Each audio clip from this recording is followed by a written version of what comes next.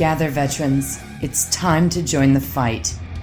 The long war begins.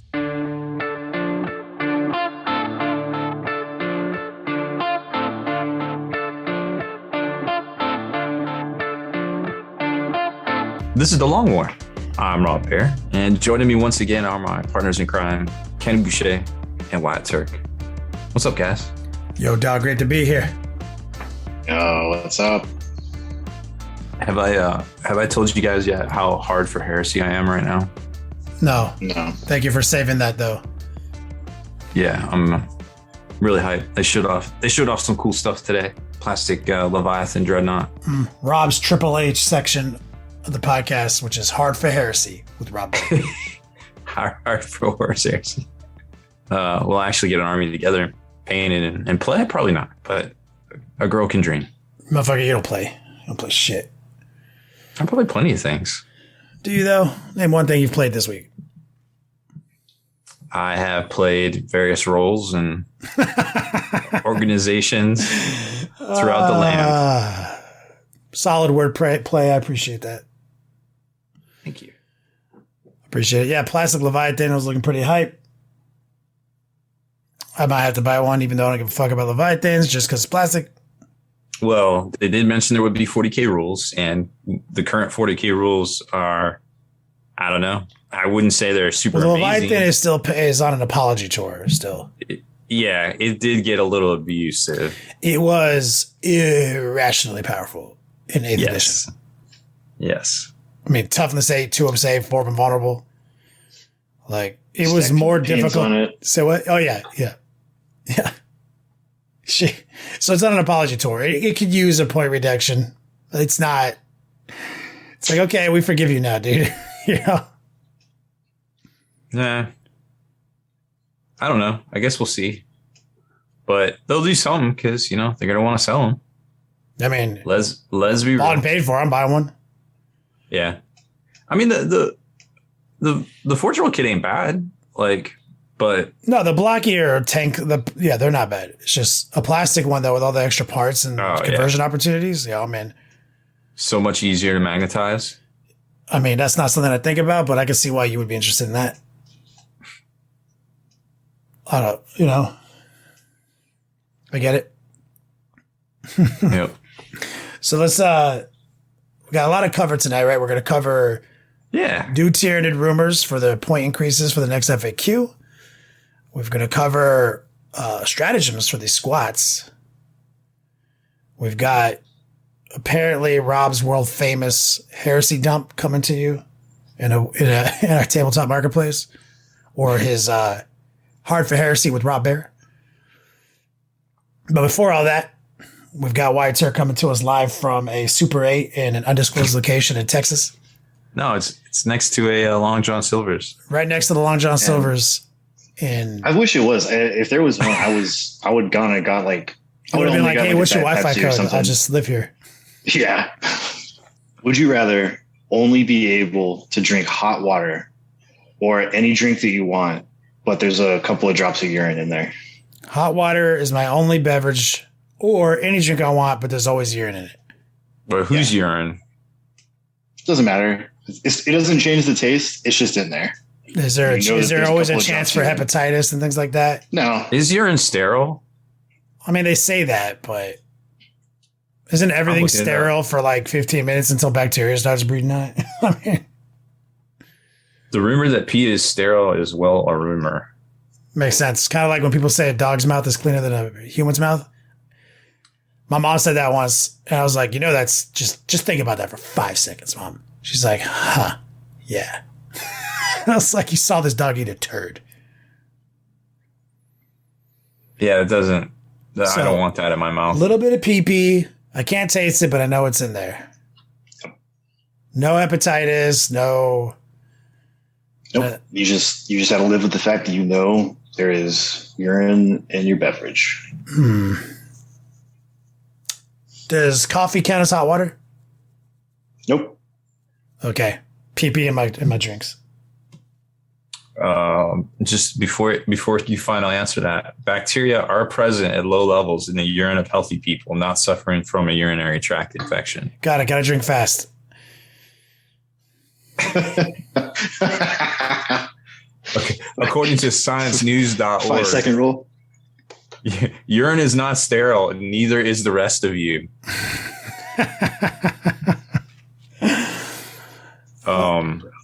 Internet here is such idiots. Yeah, I'm literally can't. I'm not. I mean, there's no way I'm just gonna be able to forego like my caffeine drinks. Like I would die. Yeah, I feel like I kind of in the same boat. Like, I mean, I don't mind eating. Wait, when you say hot water, are we talking like what degree? Like scalding, like room temperature? No, it's not gonna hurt. It's not gonna hurt you. It's as hot as it can be without hurting you. So it's like a hot cup of coffee. You have to kind of blow on it and sip. Yeah. So even when you're super thirsty, you have to drink slowly. You know, like when you've been out working construction all day and your water bottle is just sitting in the sun. It's not boiling. It's pretty fucking hot though. So it's like boiling. It's like hot water bottle in the back of your truck. Hot. I mean, I'm not mad. Like, I don't want to be like, I don't like to drink, things that are hot because I drink room temperature shit all the time. But like, I don't want to get my gullet burned. I'd pick pee even if you said I can still drink anything I want and it always had to be hot. Hey, Greg's here, everybody. There he is. Oh, there he is. The TO of War Games Con. Like, even if I can still drink. It's been a day. You guys are definitely exhausted. Even if I could still drink Red Bulls and stuff, but they had to be hot, I would just be like, nah, pee Red Bull. Actually, I always be drinking my Monsters at room temp. Yeah, but he said back of the truck and the construction heat. Yeah. I don't know. I think I'll go with a little pee in my drink. Yep. Fresh pee in my drink. Yeah, as long as it's fresh. I don't want that bacteria sitting around very long. So we'll have to make a deal with the Yeah, to find out if the gin is like magicking pee into my drink as I open it and consume it, or if it's just every drink it's just in there sitting there for as long as it takes. Like when you crack the tab on the can, like that's the clock started, right? Yeah, that's what I'm thinking. Yeah, that's. Yep. We both pick pee. I think I'm gonna check out after the segment because I can't. It's getting worse. Yep. Okay. Yeah, it's getting worse. As we mentioned to everybody, Wyatt is coming to us live from a Super 8 in a undisclosed location in Texas. But if you find a Long John Silver's, it's that Super 8. You know which one it is. Hey, we'll look around. We're about to go get food. If you can find one, I'll pay you for that picture. Yeah, I can't. Like, it won't even go through a full sentence before it hangs up or something. Close the window. So try to keep all the Wi-Fi in. So we're going to be operating as a 2-man crew. Wyatt Turk, good luck. War Games Con, Long War Doubles. We'll see you next time. Love you guys. Bye, Wyatt. 2-man crew. Wasn't that that was like a rap group, right? Is that what we are? 2 Life Crew. I liked it my way. Yeah, we're like 2 Dudes, 1 Cup version of 2 Life Crew. Yeah, that makes more sense. Yeah. That's not as cool. No. Definitely not as cool. Well, you want to hear how hard I am for heresy? Yeah. Okay, all right. First of all, let's do some role play real quick. Okay. Let me do my intro. Hello, fellow humans. Let's talk about this week's tabletop update. So let's do some role play. I'm gonna be GW, you be a game store. You ready? Hey, we got Horus Heresy coming out. You want some? You interested? You want to buy some starters? Yeah, how much? $299. $299? Yeah. For how many? For 1. No, I don't want that. All right, just pretend you do. And there's other releases. There's like tanks and there's like upgrade sprues and stuff. How many of these do I have to buy? So for every every 2 starters you buy, Kenny, you get the privilege of buying 1 copy each of the Legion books, so players will know their Legion rules to play here. So if I give you $600, I can buy this other book? Do 1 of each of the books. There's a good guy and a bad guy book. How much are those books? $70 each. So if I give you $600, you'll allow me the privilege of spending $140 additional dollars so people know how to play with the models they just bought from me. Right. It's like, remind me again why I carry your product, GW salesman. Do you want the tanks? Do you want like the new tanks and the upgrade sprues? I mean, they come in the starter, I'm assuming, so we're good, right? No. What are you, new here? Apparently. You want to know how many starters you got to buy for the privilege to buy 1 each of those for your customers? How much? 4. You have to buy 4 starters. No, I would stop. I would not carry this. I'm not carrying this. I quit. Like, I'm done. We're gonna dedicate much of our interest in stock in Pokemon cards from now on. Yeah, I mean, that shit's worked for 20 years, so I ain't mad at it. So yeah, that's the scenario playing out to retailers, at least here in the States. That's the scenario. That's the ratios. And by the way, stores have to put the money in upfront right now when the product isn't even coming in for 2 weeks, which doesn't necessarily, it happens with Magic releases and other things too. So it's not exactly unheard of, but that is what's happening. We do know that there's other releases out there, but you gotta ask yourself, if stores have to buy 4 starters to get 1 each of like the new Rhino, the new Kratos tank, 2 copies of the books for folks to buy, is this a game that people are going to want to get into at the local store level? It's a scam to get people to carry like equal amounts of this product, so it's all spread out. You know what I mean? Mm-hmm. Otherwise, we're just going to say, here's my order, and it's only the shit that I know is cool and interesting. And then everyone's going to put that same exact order in, and no one cares about the other stuff. So you're forcing them into this scam scenario where everyone kind of has the same stuff in their stores. Yes, but remember the rumor is that GW is going to make 100,000 each boxes, and they did make 100,000 on the other stuff. So I get that they want to ratio it, like as a business standpoint. I understand that. I do. I understand 100%. Like the position that's not the really shitty position, right? I understand that like the way you're wording this is really garbage. Like I hate you, but simultaneously I'm like, okay, I see what you're trying to do, and I feel like there's ways to do that. There's ways to curate a bundle that is all the stuff. Yes, and this is your minimum buy-in. And that's what in a lot of the cases that's what they do. That's what they did with Dominion. They had different levels you could buy in at Dominion and Indominus. And I get that this is a customized version of that. So even then again, on the surface level, this seems like this would be okay for less successful game stores, right? Because then they wouldn't have, it wouldn't be like these 3 tiers that are all above what they can afford, right? It could be a smaller tier. So on that front, I can see why there's logic in this, like curate your own buy-in bundle, but based on the story you just told me, I'm assuming that you have interacted with multiple store owners and that the way they feel after hearing that is really shitty.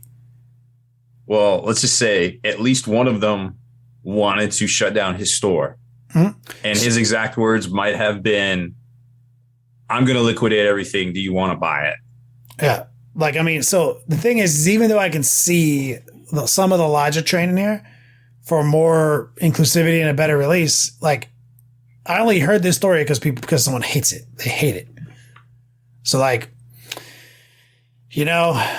maybe you should just gone with a bigger tier package, like maybe 5 tiers. This is intro buy-in 1, through 6 or whatever. You know what I'm saying? I think there's definitely a happy medium. And I think what happened with Indominus and Dominion with the tiers were probably okay, but the problem was the way they rolled it out was very scummy. And and it impacted, like, hey, stores, you got to tell me what you want. And then all of a sudden, which the same thing, by the way, happened this time with Horus Heresy. The stores had to get their numbers in by Wednesday. So GW knows approximately how many boxes stores want. And here was their line. Their line universally was, restocks are running really long. So we need to get your numbers. And remember, you might not be able to restock this for months. They didn't say you couldn't. They said you might not be able to. And again, just like I said with Indominus and Dominion, GW knows exactly what is in their warehouse right now. They know if it's going to be a restock issue or not. They just want to know what the forecast is from the game store level, so they can figure out the ratios to put in their web store and try to make full margin on. So again, if you really want to make an impact and spend your hobby dollars, don't boycott GW. That's stupid. We all like GW stuff. We all want to buy GW stuff. Spend your hobby dollars with a retailer and not GW, because if you do that, GW gets at least half the profit instead of all the profit, guys. And that, if enough people do it, this is the same scam they pulled in the Indominus box, right?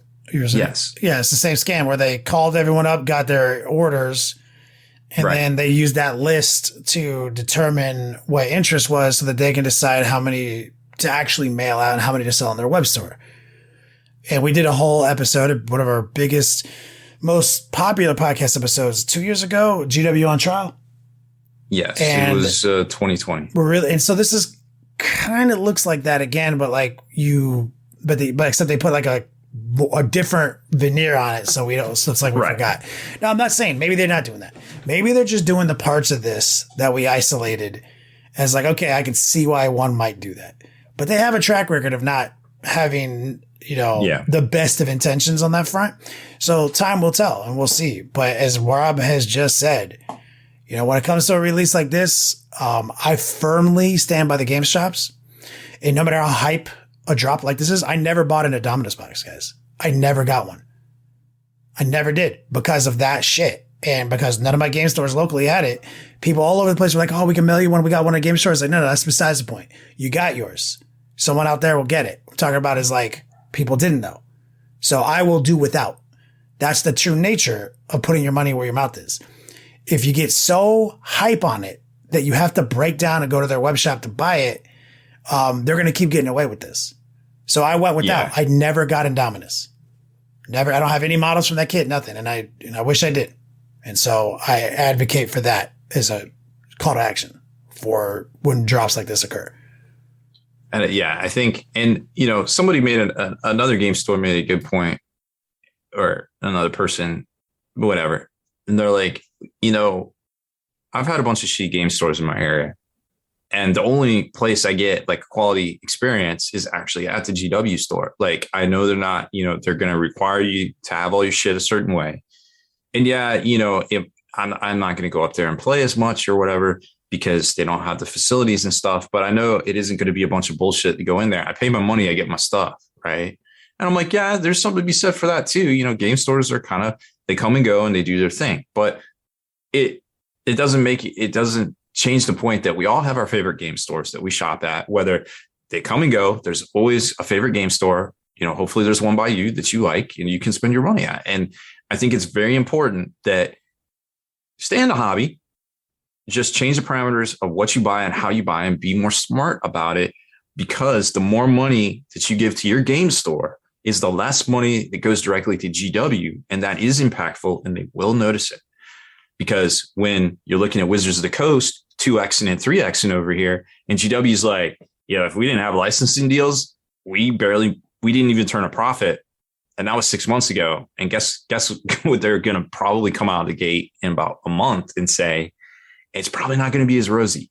So the only way we're going to make GW change is to affect their money. If we're all buying from our local shops, then GW will respect our local shops and understand that they need to cater to us in that capacity. It's not easy. Right. I get it. You want something, local shop doesn't have it, you go online and buy it.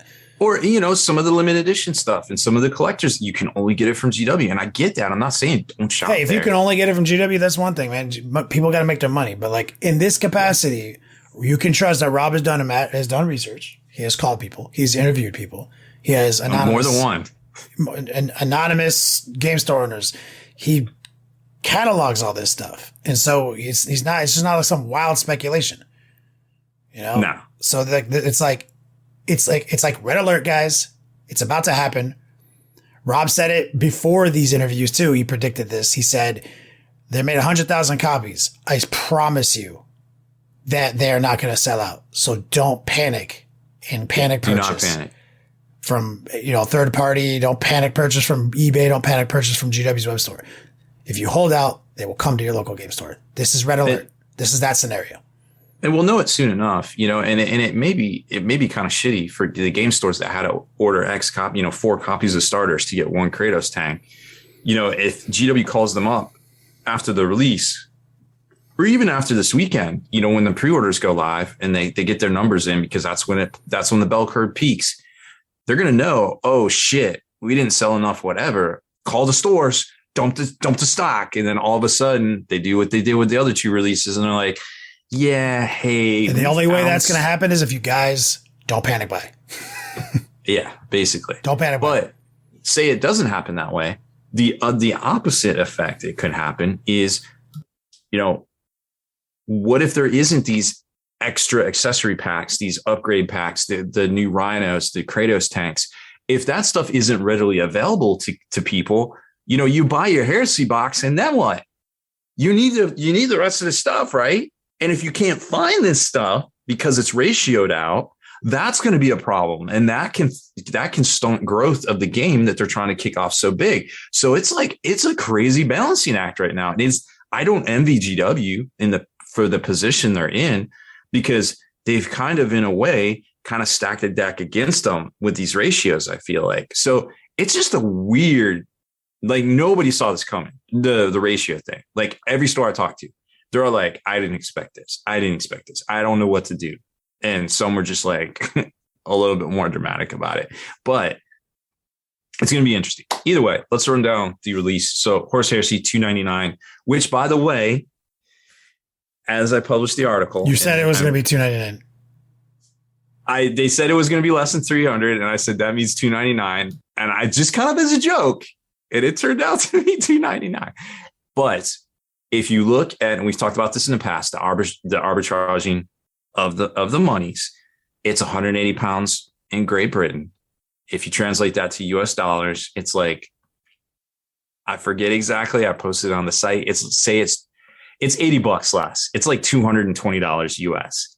And we talked about that because there's a lot of people on Reddit and Twitter doing the conversions, because people were making spreadsheets with all these discounts, and they're like, this is where you can get it. This is where you can get it at the discount level. And then they get down to the US and they're like, it seems like I can only find this at 15% off. We've talked about that in the past, but people were like, yeah, but if you do the conversion, it's like way cheaper if people in America buy it from Great Britain, because you save $80, and you do. And that's because GW has arbitraged the conversion rate to make extra profit.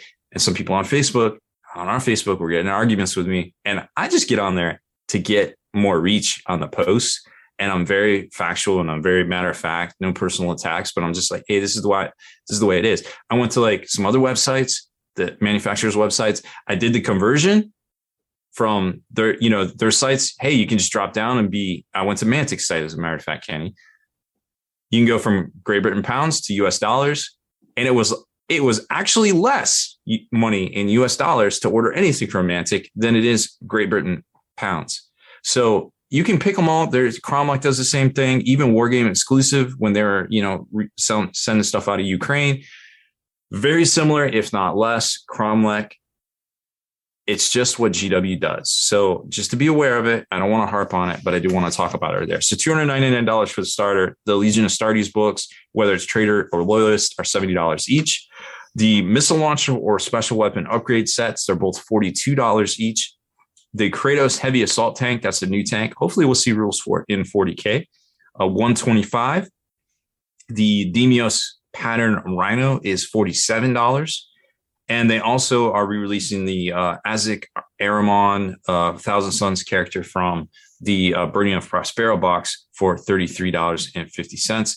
And then we've got Lupercul's War paperback in English for $8, the Horus Heresy bookmark for $18.50, and I don't know how to say the name, but it's Horus's Homeworld's Reckoning in hardback. It's an anthology book for $27, and Mike Haspel actually has a story in that as well. So as soon as it's actually up for order, we'll have some links for you guys so you can order it too. But yeah, so that is the big stuff coming out of Games Workshop this week. And remember, it's going to be a 2-week pre-order period. So that's just going to go live on the 18th of June if you are interested in getting it. They also previewed today the Plastic Leviathan Dreadnought, which is really dope because we talked about that in the intro. But man, that thing is a chunk. And to have it in plastic is going to be really cool. And do some magnetization tricks and things like that. I haven't seen the sprue yet, but hopefully it comes with extra weapons as well.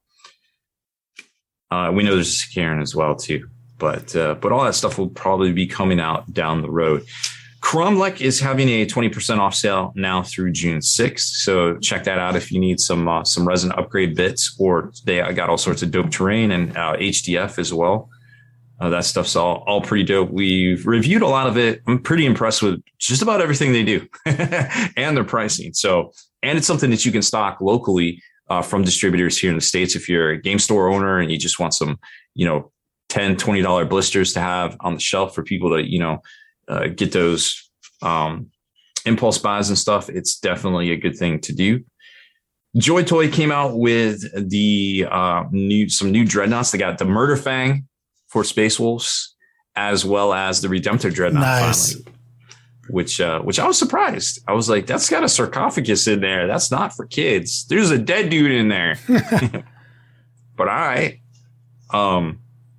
They are on pre-order now. If you want to get them out of Asia, they will ship, I believe, I forget when it was, but it's super soon.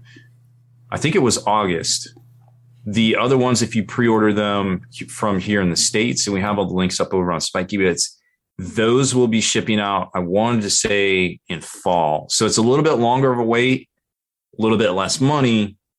If you want it a couple months sooner, get it out at some of the Asian sites, and we got links to all that. They also previewed some new Blade Guard for a bunch of the different chapters, because they're all, I think they noticed that the Sweet Imperial Fist one sold out really quick. So they're like, oh, quick, we got to make cool looking Blade Guards for every chapter. And so there's a bunch of singles of them coming out as well. Also, speaking about sales, a little bit of self-promotion here. The Spiky Bits 3D made-to-order marketplace will be having we extended our Memorial Day sale through the weekend because, as you might imagine, it's a little slow right now with all the holiday festivities kicking off. So 25% off everything in the store, but also the used miniatures, some new unboxed stuff, some pre-built stuff, some painted stuff. There's actually quite a bit. There's over 200 items in there, just random stuff we get in on trade. So definitely check it out before the weekend is done, because there's something for everybody, and you can get all of our normal 3D prints as well for 25% off with some pretty low free shipping thresholds too. Forge World put out an FAQ for the Knights, updating them with all their keywords and keywords. Yeah, that was it. Nothing too crazy, but I'm excited. I'm excited to possibly pick up some Morax. You like the Moriax? Well, I like them with favorite Nurgle hitting on 6s, auto wounds. Maybe jam a squad of 3 of those into my Death Guard army with my triple Volkites. Yep. Yeah, I think a lot of people are going to be doing the insert 3 or insert 1 Questoris. I like that. I think running 3 War Dogs strong. Yeah.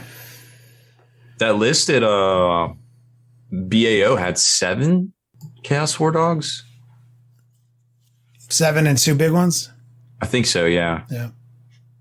So that was it's either like it's either 7 and 2 big ones, or like 1 big one and 10 and 9, or yeah. Yeah, like I don't know. Yeah, it's pretty wild, but it's good to see that they're, hitting the table's already pretty strong. And they've got their Forge World FAQ, so you can actually play with those toys, but we haven't seen the FAQs for both the actual Codex books yet. But I imagine a couple weeks, probably. We'll see all that. As of today, all the previews are out for the Horus Heresy Legion rules from Games Workshop. So they might just talk. I don't know what they're going to talk about next week, preview wise. I mean, they might slide into like totally new stuff. Who knows? But if you're looking for previews for a specific Legion, they are all out on Warhammer community. So check them out if you're still on the fence about which Legion you want to play. We talked about the Obi-Wan show, but yep, it's out. It's already on episode 3. Believe it or not, it's already halfway done. So don't miss that over on Disney Plus. It's just good so far. It's not ramping up. It's already pretty good. So I'm pretty 2 episodes in. I'm pretty happy with it where it's at right now. And speaking of Star Wars Legion, we know there is a new release coming out, The Mandalorian, and it also comes the expansion pack also comes with 2 Grogus, one where he's doing the magic hand thing, and one where he's eating a frog. No, stupid. That's where they almost lost me, dog. That fucking 2-parter frog egg episode. Yeah. There's a 2-parter, dog. I don't know what that was about. What the fuck? You're running around in the caves and stuff. I straight up almost checked out right there. Yeah, it was a little weird. I don't know. I stuck with it. That is $25, so basically free in GW money. And if you like all things Legion and Marvel Crisis Protocol, the Atomic Mass Games will be having their mini extravaganza next week, actually. So that'll be popping off very, very soon. And we'll see hopefully a whole bunch more new previews. It looks like it's more Star Wars oriented than Marvel Crisis Protocol this go around. But that's cool to see because they didn't really kind of do much last time. And of course, all the Shadow Collective, the Bounty Hunter stuff will be out around the 15th of this month as well. So that's pretty dope. And one last thing, Secret Weapon Miniatures put out a update, unfortunately, about the situation they're in. It looks like they are unable to put out the Kickstarter for their textured bases. Apparently, TT Combat did an IP claim or counterfeit items claim against them for the Kickstarter. And it looks like they are unable to find a buyer for the company, and all the assets in the IP that are left have gone into receivership, I guess, with their bank. You can check out the statement for yourself over on their Facebook page and stuff. So just kind of a unfortunate series of events, I suppose, impacted by COVID. And now doesn't seem like there's going to be any resolution for the Kickstarter either. So very sad times. It's unfortunate to hear. Definitely wish them the best. So that's all the new stuff. I'm sure there'll be quite a bit out this weekend as we start to see more and more on the Horus Heresy as well, and maybe switch to some new 40k or Age of Sigmar releases. Who knows? Good old Age of Sigmar. I like Age of Sigmar. A lot of people are jumping to that because it's a lot less to remember. When I was a child, I liked children's games too. Well, some of you said AOS is dope. I'm just teasing. The models are more doper for sure. Like it's a different experience. Like Warhammer Fantasy, I thought was straight trash. Like I was like, I could not believe that anyone would rather play that than 40k back in the day. Yeah. Like I was like, this just looks dumb. Like a bunch of bricks of guys with peasants and spears and just terrible looking models. Well, I guess GW would concur with you because AOS looks sick though I like sci-fi more, but yeah. But so let's move on to a asterisk. What's new in the FAQ? Right, we got some new rumors circulating the interwebs, and rumors have mostly been 100% on point lately. Yeah. So we've got some point increases, quote unquote asterisk rumors, which are 99.9% facts for the Tyranid Codex, because the Tyranids have been a scourge of the tabletop since they dropped. So they haven't been pulling any punches. I have that. I actually copy and pasted it. What? From the Reddit. Oh, okay, yeah. So Maleceptor, plus 50 points, 220 points. Pyrovores, plus 10 points. They can put out a lot of shots. Oh yeah, Pyrovores are interesting. So 40 points per model. Harpy. The Harpies are real good in Tyranids right now.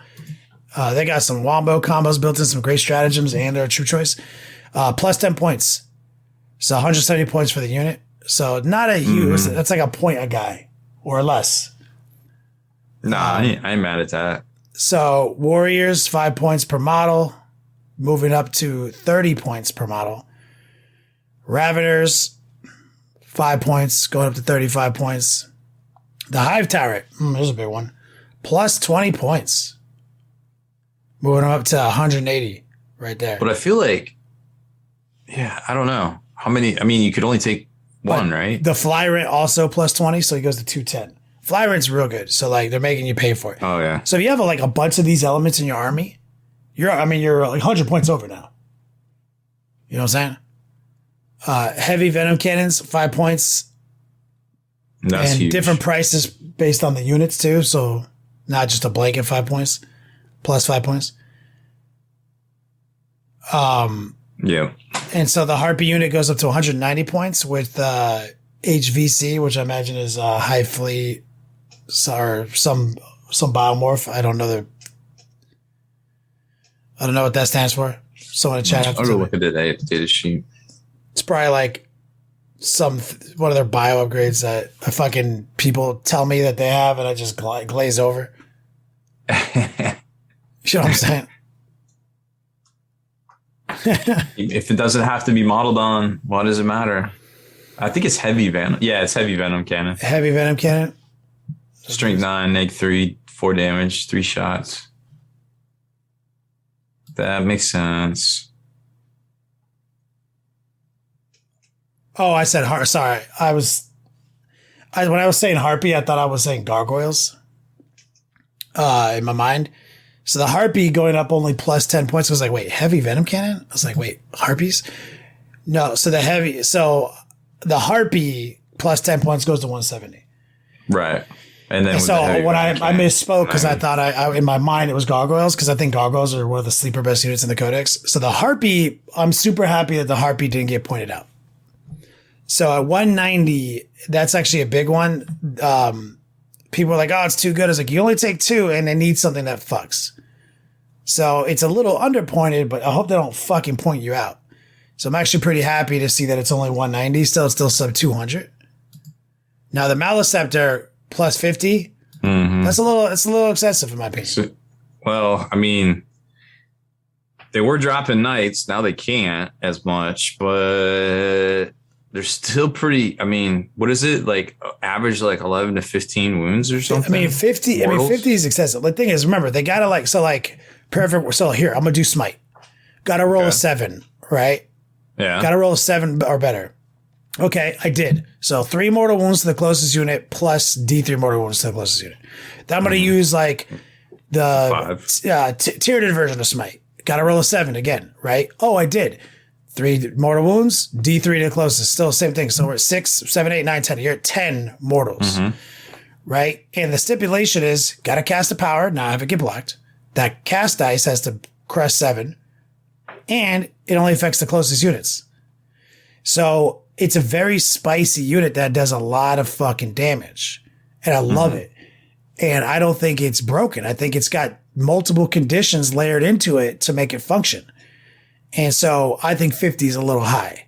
Like I do think it, needed a point increase, but 50's nuts. Maybe it's an early draft or like a wish list. I mean, but the thing is, this is the kind of shit that happens. So 50, it's not going to change much, honestly, but I feel like 25. What if it's 40? I think 25 was fair. I think 25 is fair. Maybe even 30, but 50 is a crazy big number. I personally didn't have a problem with it. I played against a great player at California teams who only lost 1 game. He was like the second. I think he was the second number 1, or maybe he was number 1 best of faction at California teams. and he put on a clinic of masterful gameplay with 2 Maleceptors and 2 Harpies. And he just straight was on his shit super well. Like, I mean, he was on it.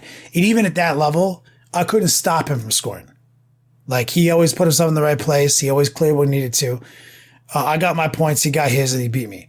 He crushed me. I couldn't stop him. But that was like his movement game. That was me not having a list that had any speed bumps in it. Because like back in the old Smite days, you needed to have some roadblocks, man. You need to have some units you could throw out there to absorb the closest to closest unit condition.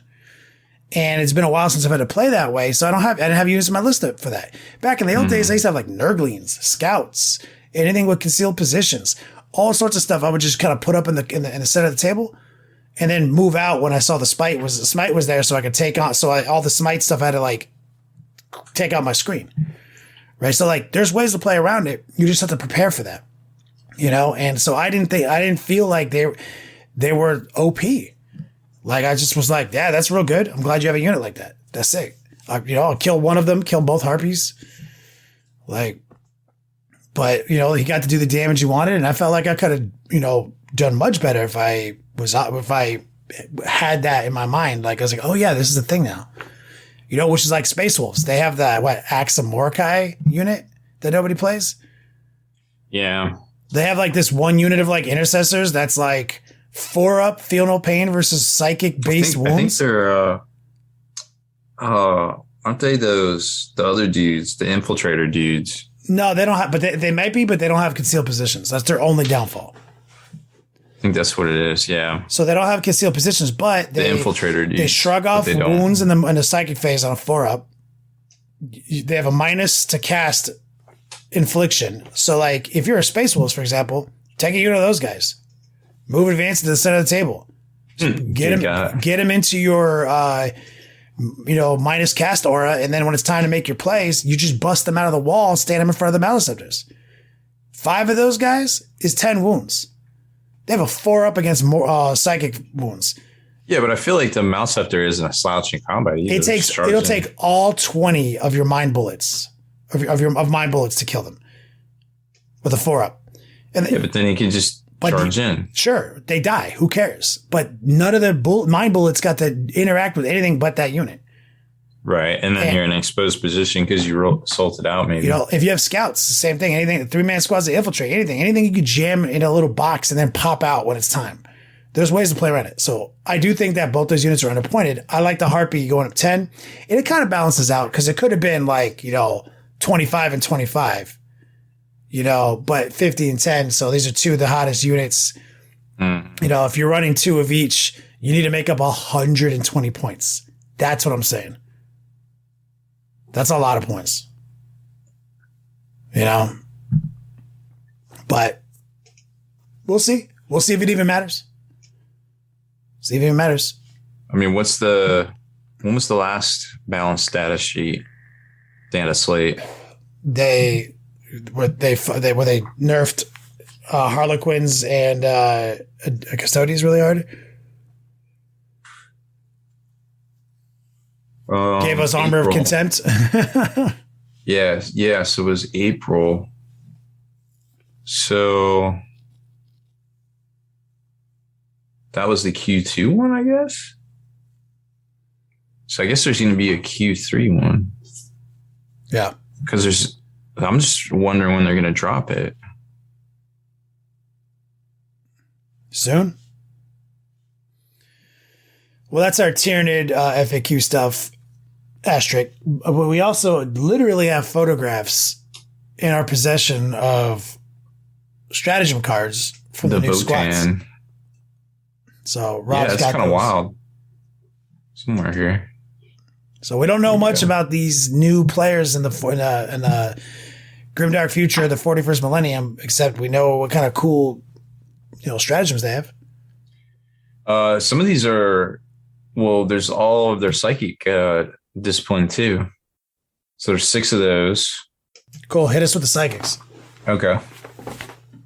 And then they have something called a battle tactic. First one's Warp Charge 5.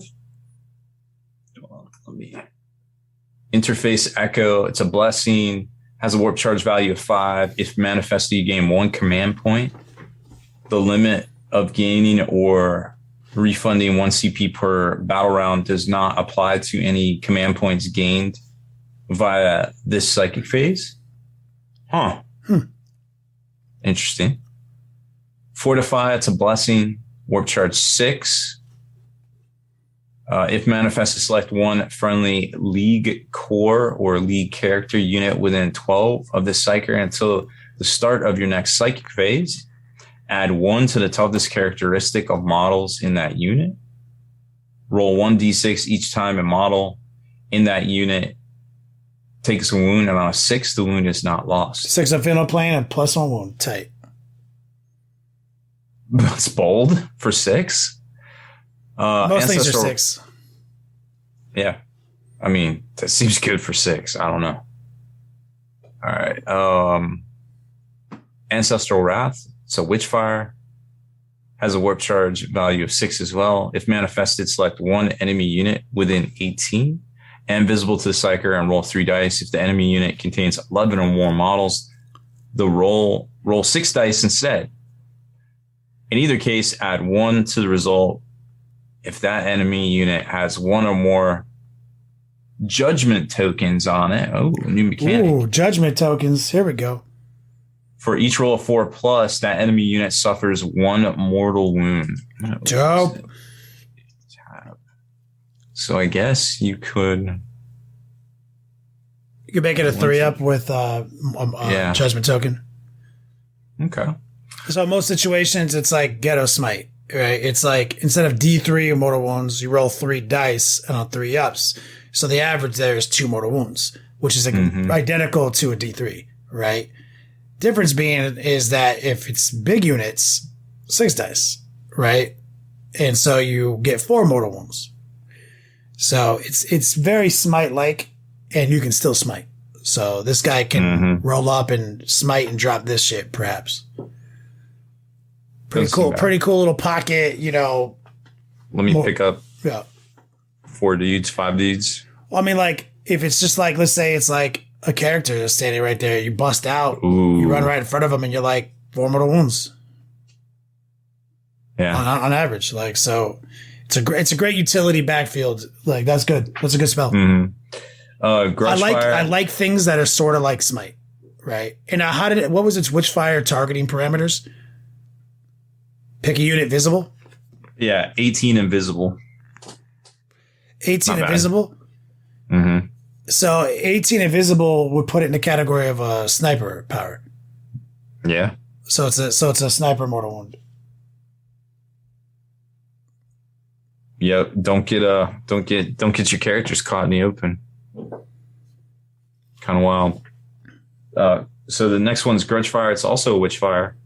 Warp charge of 4. If manifested, select 1 enemy unit that is not a vehicle, monster, or character within 18 and visible to Psyker. Roll 2d6 and add the number of judgment tokens that are next to that unit to the result. If the result is greater than the unmodified leadership character of the characteristic of that unit, the model selected by your opponent in that unit is destroyed. Wait, what? We're going to have to find out what judgment tokens are. Just destroyed. And reread the targeting parameters again. 1 enemy unit that is not a vehicle, monster, or character within 18. Unit in 18. So you could combo those two. Right. Do you pick a model, though? What's the next line? Roll 2d6 and add the number of judgment tokens that are next to that. If the result is greater than the unmodified leadership characteristic of that unit, 1 model selected by your opponent in that unit is destroyed. Yep. That's what I thought. Destroyed. I thought there was a model. It's not. It doesn't pick a unit up. It doesn't pick up a unit. But that can be that's very useful in many situations, right? Because it's not vehicle monsters. It's going to be infantry, biker, right? Now, I guess it could be some sort of biker that technically isn't a vehicle. Now read it again. Now read it one more time. The selection one more time. If manifested, select 1 enemy unit that is not a vehicle, monster, or character. Okay, so no character sniping. That's what I was looking for. So I was like, ooh, you're about to lose all your fucking apothecaries. No. So it's good. And there's going to be situations. For example, the last surviving model in a fucking assault centurion squad. Mm-hmm. Right? Fucking get out of here. You know what I'm saying? Like, there's moments when this shit is tight, you know? So it's really spicy. And there's going to be, it's situational, but in the right situation, in the right turn, this shit it's lit. You know? Mm-hmm. Yeah. This one's interesting. Null Vortex. It's a malediction. Warp charge value of 8. If manifested, select one enemy unit within 12 of the Psyker. Till the start of your next psychic phase, models in that unit cannot use any invulnerable saves. Oh, shit. They've got a Death Hex for a Warp Charge 8? Yeah. I mean, that's basically Death Hex is Warp Charge 8. 8 is hard. Yeah. 8 is hard, but maybe they'll have some sort of, tech that helps with the passing. Well, I mean, you got to reroll out the gate. 1 CP reroll. I mean, like. True. But, I mean, 8's still 8. Yeah, I mean, that's dope. That see is a lot of things. A really good psychic table, guys. One more. The malediction is called Crushing Contempt. Warp charge value of 6. If manifested, select one enemy unit with an 18 of the Psyker. Roll 3d6. If the result is greater than or equal to the leadership characteristic of the enemy unit until the start of your next psychic phase, that unit cannot perform actions. Action stripper? Is it visible? Did it say visible? Nope. What's one the range on it enemy unit again? within 18. 18 and it doesn't have visible in it? Mm-hmm. And you have to you have to beat their leadership? What was it again? Yeah. If the result is greater than or equal to the leadership on 3d6. Oh, fuck. That is good. There's also a second part. If the result is greater than the leadership characteristic of the enemy unit until the start of your next psychic phase, each time a model in this unit makes an attack, subtract 1 from the attack's hit roll. Another go. And what was the warp charge on that? 6? 6. It's a good one. That's a great psychic table. It seems pretty solid. I won't lie. No line of sight, 18-inch range action stripper. I like to see, like, this is cool things because this is where leadership starts to matter. And you start to realize, like, things that we've overlooked in the past that were, like, shares, like, all models within a certain range use this guy's leadership and stuff like that. Things like that are going to start to matter again. Mm-hmm. What is this? The rest of these are... Yeah, the rest of these are stratagems. You want me to just go through them? Yeah. All right. 1 command point. Use a stratagem in your movement phase when a Votann accelerated unit from your army is selected to advance. Till the end of the phase, add 12 to the move characteristic each model in this unit. I'm going to look at them with you. Are you on the first page? I don't know where I am. I'm going to help you. Oh, there's 4 on the block. Accelerated response is the first one. Accelerated response. Okay, here we go. Accelerated response is 12-inch movement characteristic, cumulative with similar abilities, bonuses, like steady advance. So you've got one where you can basically slingshot a unit. Yeah, and that steady advance. And the thing is, it's at the end of the phase. That's the important thing. So the movement phase. So it's movement phase. Unit from your army selected to advance until the end of the phase. Add 12 to the movement characteristic. So it's advancing.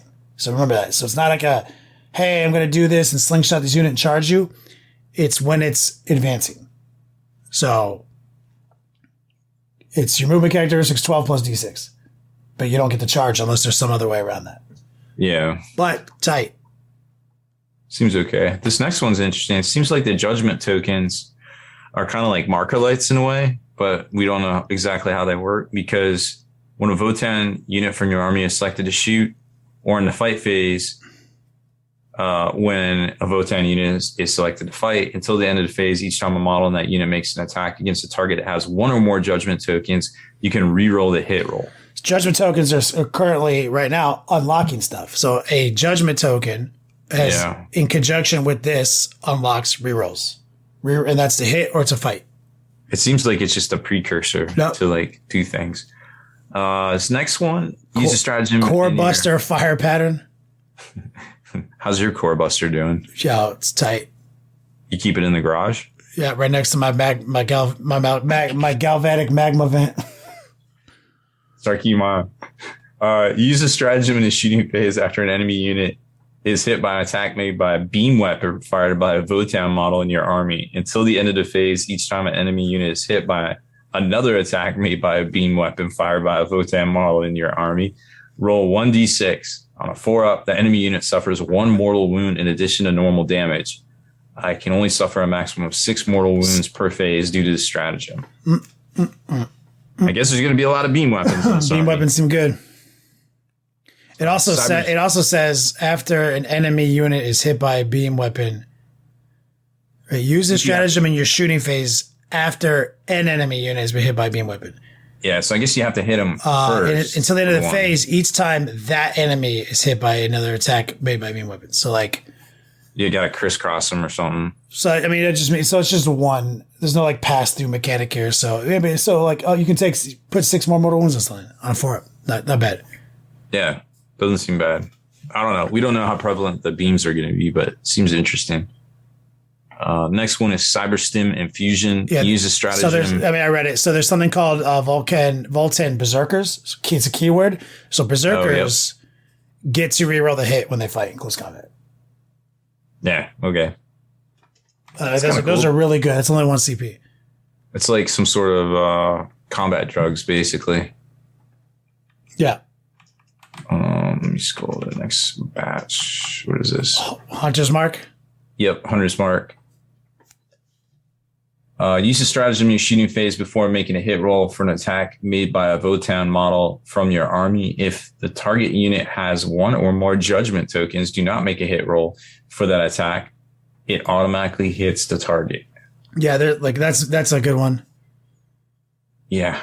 Auto hitting. Always good. So it's another judgment token access. Mm-hmm. Next one's interesting. Kinbon.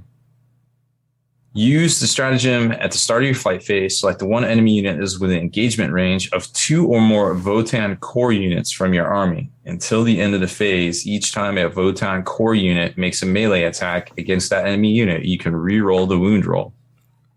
This one's 2 CP, so they're probably robots. And they're probably badass, and that's probably why it's so expensive. Well, this one is a Voltann core. This is all core. Well, so the other one is Berserker. So Berserkers can reroll hits. I was thinking. So Voltann cores are what they're basically like the AIs, right? So so we have. But does that mean core unit? Ancestral, yeah, core units. Ancestral. Okay, so then it's not as cool as I thought. Ancestral sentence is all Voltann units, 1 judgment token, reroll hits.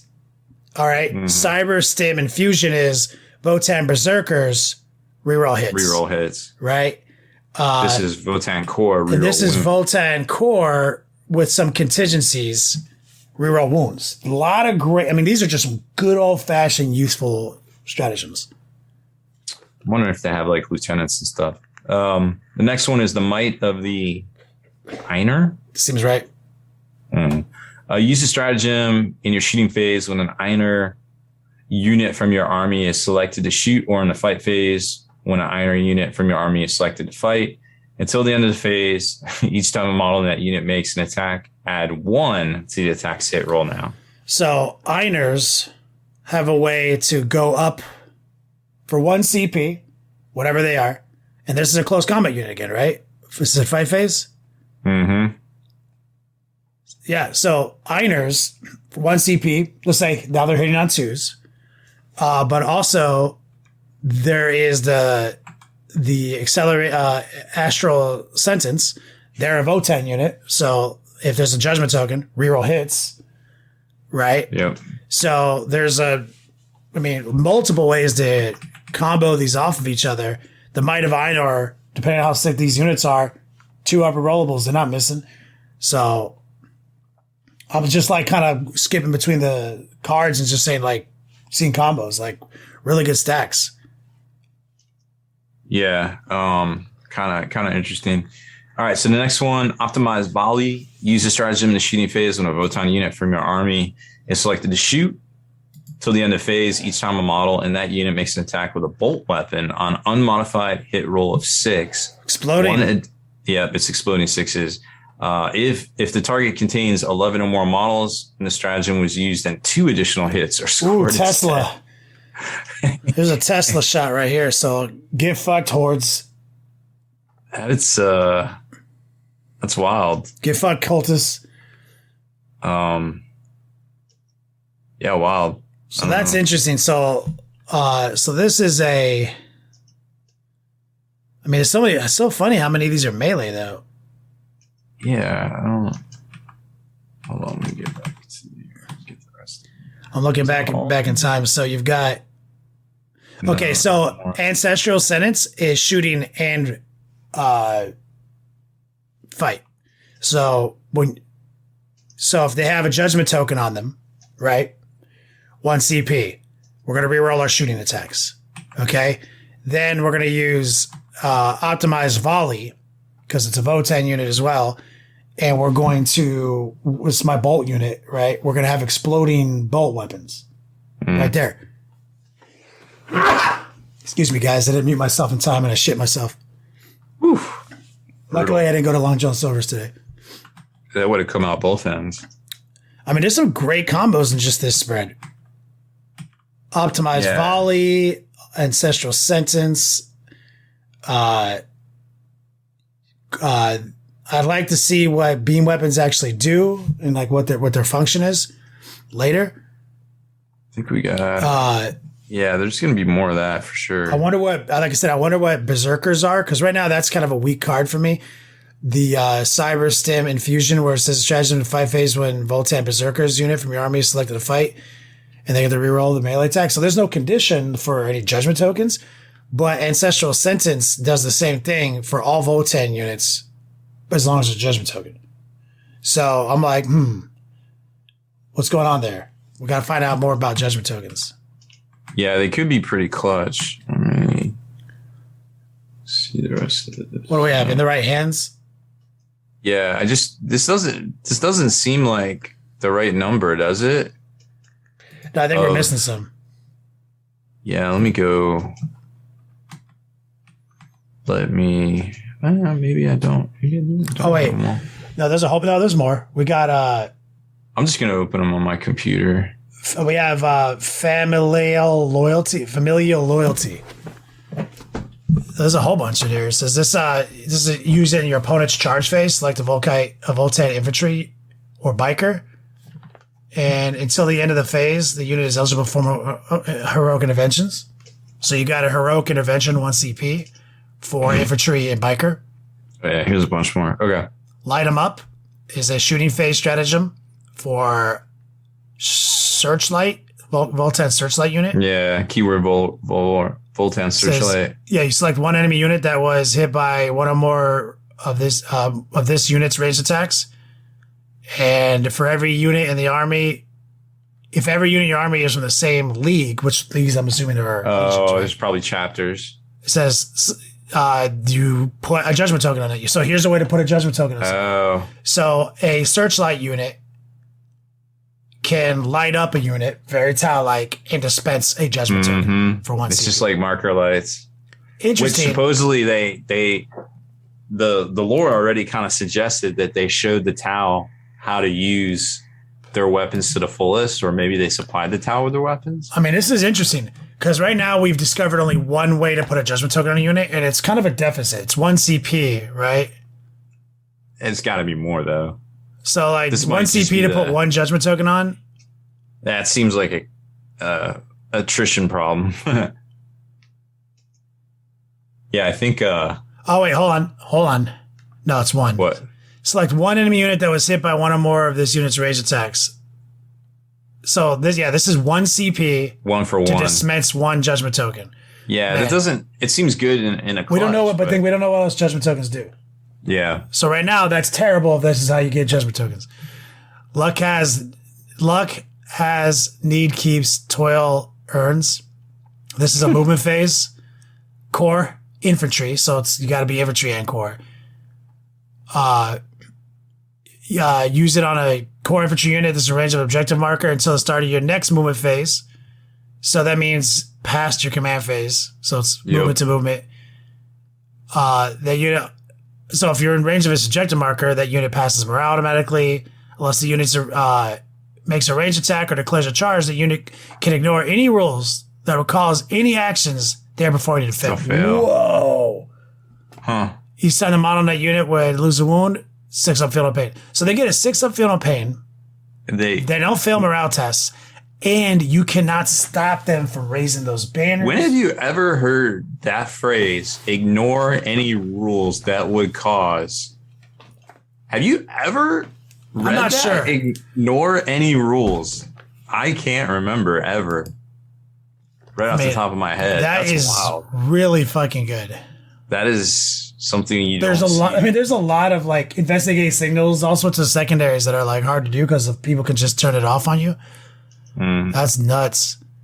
Mag riders, stratagem, and this is opponent shooting phase for Votann bikers. Oh, when you get targeted. Yeah. Yep. It says that -1 to hit. If the unit advanced during the previous turn, attacks can't be rerolled. So pretty solid. Played on a biker unit, you're like, hey, -1 to hit right out the gate for 1 CP. But if I advanced, you don't get to reroll that shit either. Pretty good defensive trait. Newfound Nemesis, there's a Warlord. When a Warlord or something else suitably badass model from your army is destroyed, the enemy unit destroyed the model gains 2 judgment tokens. Ooh, is another way to dispense 2 judgment tokens. If your destroyed model was a something grinner, the enemy gains 3. So 1 CP to pop 2, maybe 3 judgment tokens. It's another way. Here's a movement phase, outflanking pioneers. Start of movement phase. This is Henrik Pioneers. Herdkin Pioneers unit from your army. More than 6 away from another enemy model and with 6 inches of any battlefield edge. If the mission you're playing uses strategic reserve rules, place the unit into strategic reserves. The unit cannot arrive from strategic reserves in the same turn it was placed in strategic reserves. Not bad. A little conditional for my taste. A lot of 1 CP isn't bad, I suppose. Well, a lot of people who can be plucked off the table back into strategic reserves don't have these conditions. It can't be within 6 inches of an enemy or a board edge. But pretty conditional. I like this next one. Which one? Well ordered retreat. Yeah. See where they can fall back. If they fall back out of combat, they could still shoot the next turn. Yep. It says use a stratagem movement phase for a Votann core unit from your army. Falls back. The unit can still shoot this turn, even though it fell back. Well ordered retreat. Core. I feel like that's going to be a thing for them. So we have a mustering warlord. We have a classic relic stratagem. Warlord. Yeah. We have a warlord relic. What's this last one? Trait. Yeah, warlord trait. Relic. A double warlord trait. Yeah. Relic. Oh, and they get a relic? If your warlord has a Votann. Oh, okay, so it's honored sergeant, extra relics, and extra warlord. Oh, okay, yeah. That makes sense. So very Space Marine like. So they have one where you can give like a regular hobo from the special list. And then they have one where you can give any hobo from the main list, and they have one where you can get extra warlords. Dope. Yeah. That's some good psychic powers and some good fucking stratagems. Some good old fashioned like sight unseen. Hits, reroll wounds, +1 to hits. Some good utility. Yeah, I ain't mad at it. And they have a stratagem that says, I do this action, suck my dick. I'm not sure it's worded exactly like that. And they have a second power that says, oh, you're trying to do an action? Suck my dick. Doug, they have an 18-inch no line of sight requiring warp charge 6 second power that says, I'm going to roll 3 dice. If I beat your leadership, you don't get your action fails. Yeah. And also a command point expense to say, no matter what, mine doesn't. Like that's some good tricks in this. Yeah, and this is all just like taken completely out of context with no consideration given to any other knowledge to anything. So like, just good solid base to build from, or combo off with, whatever. Yeah, exactly. In chat, raising Rune Lords, he's like, "Oh, you picked raised banners? Nope. Yeah, dude, that's so dirty." Like, it's crazy because, like, they themselves, check this out.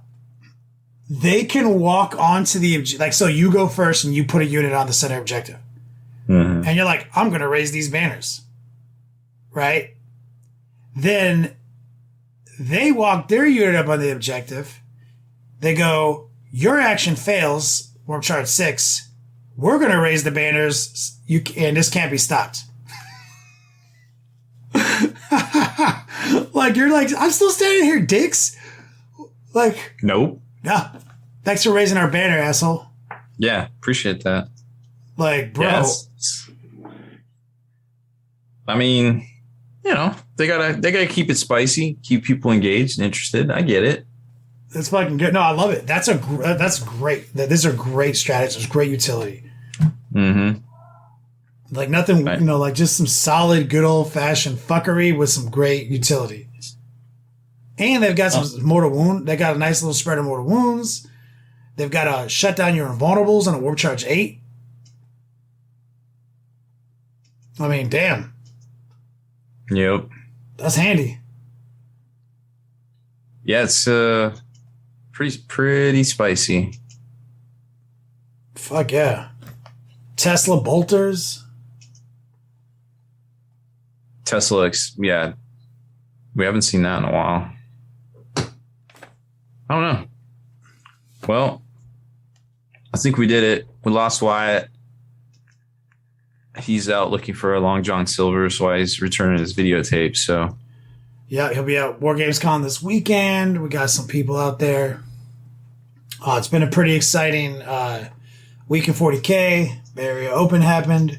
Sisters won. Tyranids second. Blood Angels Steve Box third. Chaos Knights top 8. Some fucking sick shit going on out there. What a time to be alive. So, Rob, you want to take us out of here? Yep. So that's it for this one. For exclusive content and early access videos, head on over to thelongwar.net and become a veteran of the Long War today.